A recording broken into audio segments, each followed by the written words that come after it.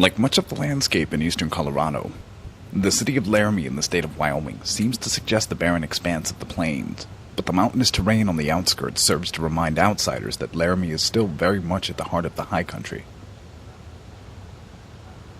Laramie is a college town, located about 100 miles north of Boulder and 30 miles north of the Colorado state line. It's home to the campus of the University of Wyoming, where on the far eastern edge of campus is the competition-winning design for the American Heritage Center and Museum, built in 1993 and designed by Antione Predock.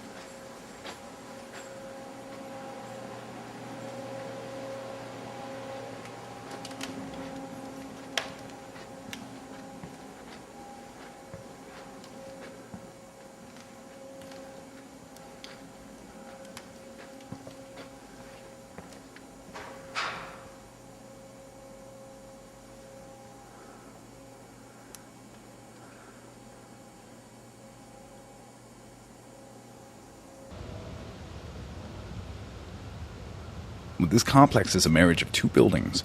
This one, the Archival Center, houses the storage and retrieval archives of one of the largest collections of all things pertaining to the American West, from film to music to vital documents and manuscripts.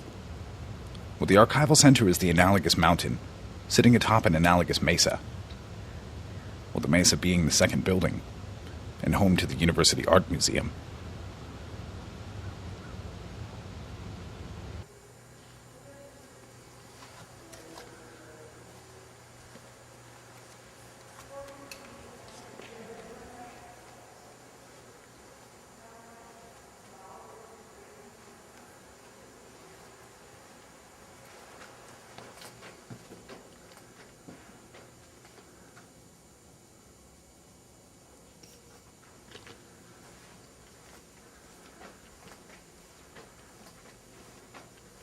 I've never been in a space configured like this before.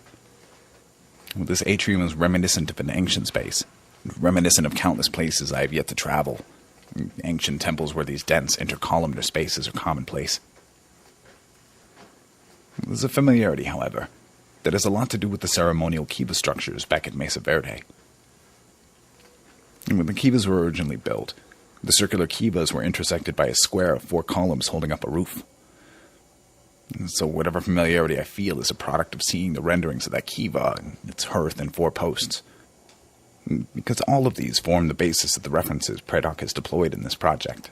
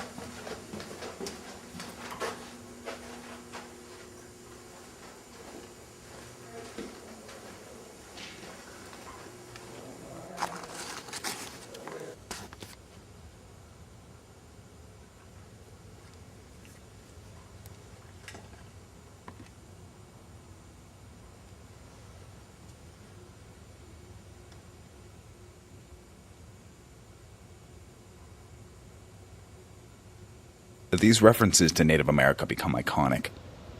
They show up in size and presence. Cultural events are common on the deck above the museum, and one of the archivists I spoke to said the local Chamber of Commerce really likes to play it up for tourists. "Well, it's the thing to do," he says. "In case Ma and Pa pull off the interstate and only spend a couple hours in Laramie, well, they should come here. You know," he continues, "go see the museum for the building."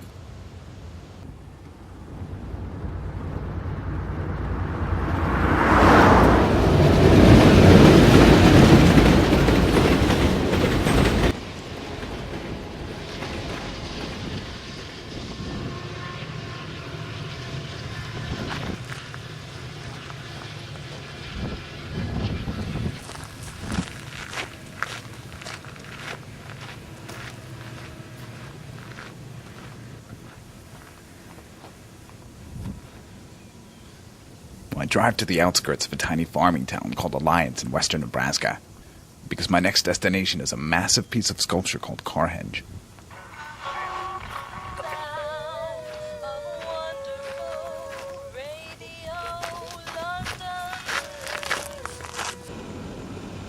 Well, Carhenge is that thing everyone tells you they saw when they moved their furniture across the country, or while road tripping to a wedding, and they would break the monotony with pit stops at roadside novelties such as Carhenge.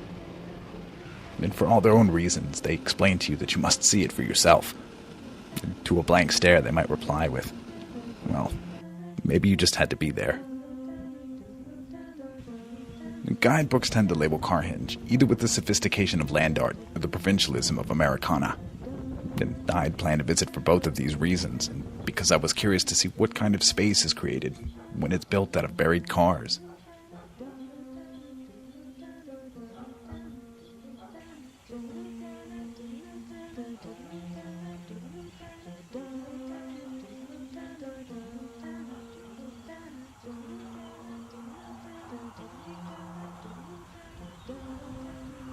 Carhenge is beautiful. It's also ominous and melancholy, which might be because of the cloud cover and the fact that I had the place to myself for over an hour before anyone else stopped by. But the sign near the parking lot explains the self-evident. Carhenge is a replica of Stonehenge, constructed in 1987 on the family farm of artist Jim Reinders. The website for an organization called the Friends of Carhenge explains that Jim Reinders had lived in England for a time, and his personal studies of Stonehenge welled up what seems like a cheeky desire to one day create a massive replica on his father's family farm.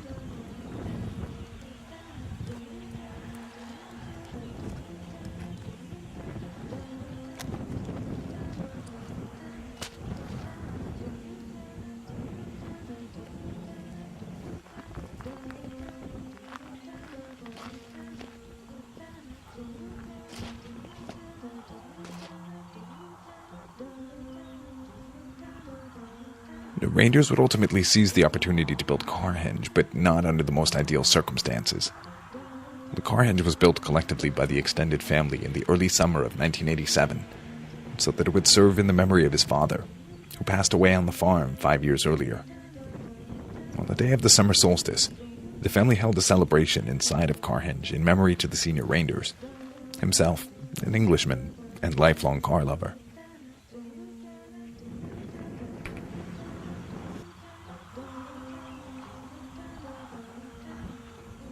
I showed up with some reservation because I'd learned the part about the artist's father last night in my motel room in Laramie. So my emotions are still freshly colored with this knowledge, and so I'm not really thinking about spatial conditions as much as I'm dwelling on the thoughts of bookshelves and a freshly shingled roof. Carhenge makes me think of the shingled roof because that's the first thing a friend of mine did after he received the news that his father died.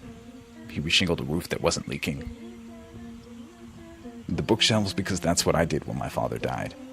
I built some bookshelves and gave them away.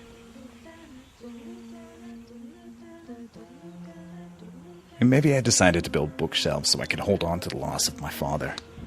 Maybe it was just to begin a project with a predictable ending. And more likely I decided to build them just so I could stay occupied and think. Standing in that cornfield in Nebraska, I was connected to the belief that Reinders built Carhenge for similar reasons. Connected to the idea that the compulsion to make objects in the wake of death, it's very human. And the idea that these objects help. because we use them to make sense of the mystery of death. The makers endowed them with sacredness, and they remain sacred for the people who remember why they helped the people who made them. So over time, these objects might tend to slip out of their guise of sacredness so that they can play the role of the roadside novelty. And even though I came here to see Carhenge, the roadside novelty, my visit was inseparable from the reason why this place is sacred for the family that built it. There's a lengthy story about Carhenge on the sign near the parking area that explains the sculpture in great detail.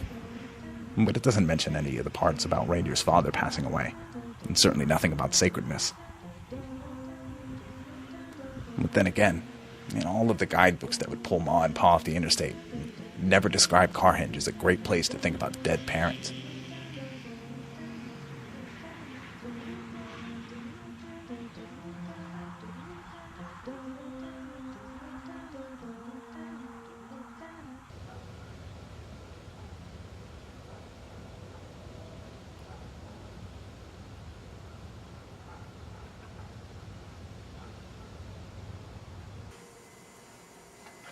An architect student? Yeah. Back at the American Heritage Center in Laramie, being inside of a building for a couple hours with a camera resulted in a conversation with one of the archivists. We talked behind my camera while I took some still shots of the filing cabinets. The archivist's name is John. And John tells me he's worked at the center for 6 years, and so I asked him what his thoughts were on the building. He mentions the normal list of discomforts, such as the way noise travels and the way air is distributed, and noting the conical shape of the archival center. He says the archivists have a saying that it's hard to store a square box in a round room.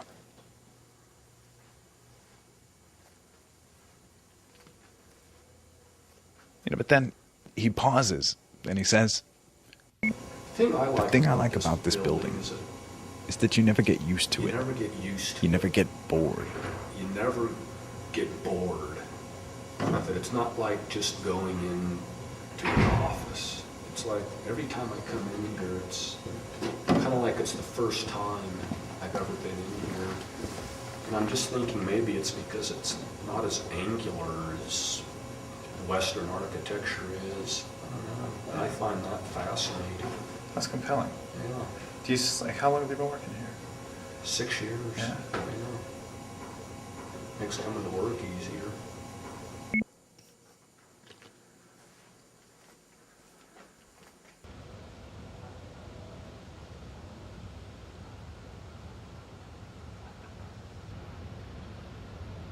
Alright, so one more thing and then I'm going to shut up.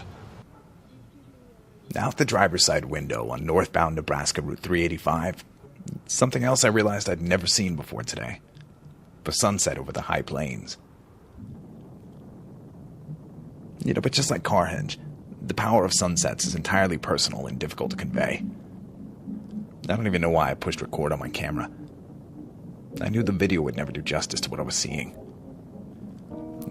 Probably just so I could avoid saying things like, you just had to be there. Because it's never as simple as, you just had to be there, when I mean to convey something like, I wish you were with me, when I was being me at that moment, with everything good or bad about my life coloring the world I was driving through. Or I wish you were with me at Carhenge, when I was reminded that it'll always be my father's kid, which means I'm a kid raised under the California sunsets over the Pacific Ocean. You were with me when I never thought a sunset over the Great Plains could ever be so beautiful. Then I wish you were with me when I discovered it can. I wish you were staring out the driver's side window during the drive from Alliance to Hot Springs, so that I would never have to describe the sky on fire, or how it seemed like it lasted forever.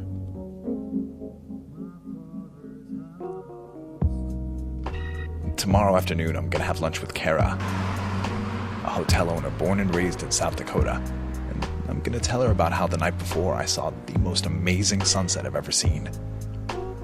It was like a fire in the sky that seems to go on forever, I'm going to tell her. And to this, she's barely going to register the sentiment, but still politely agrees, and then proceeds to tell me that the most beautiful sunset she's ever seen was over the Pacific Ocean in Hawaii.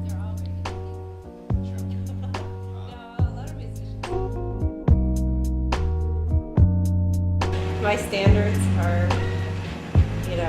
they're not here, they're here. You know? When we first went up there, I thought we were going up there to do a building, one building, and that was it. And by the time we got up there, I realized that we were there to do an entire campus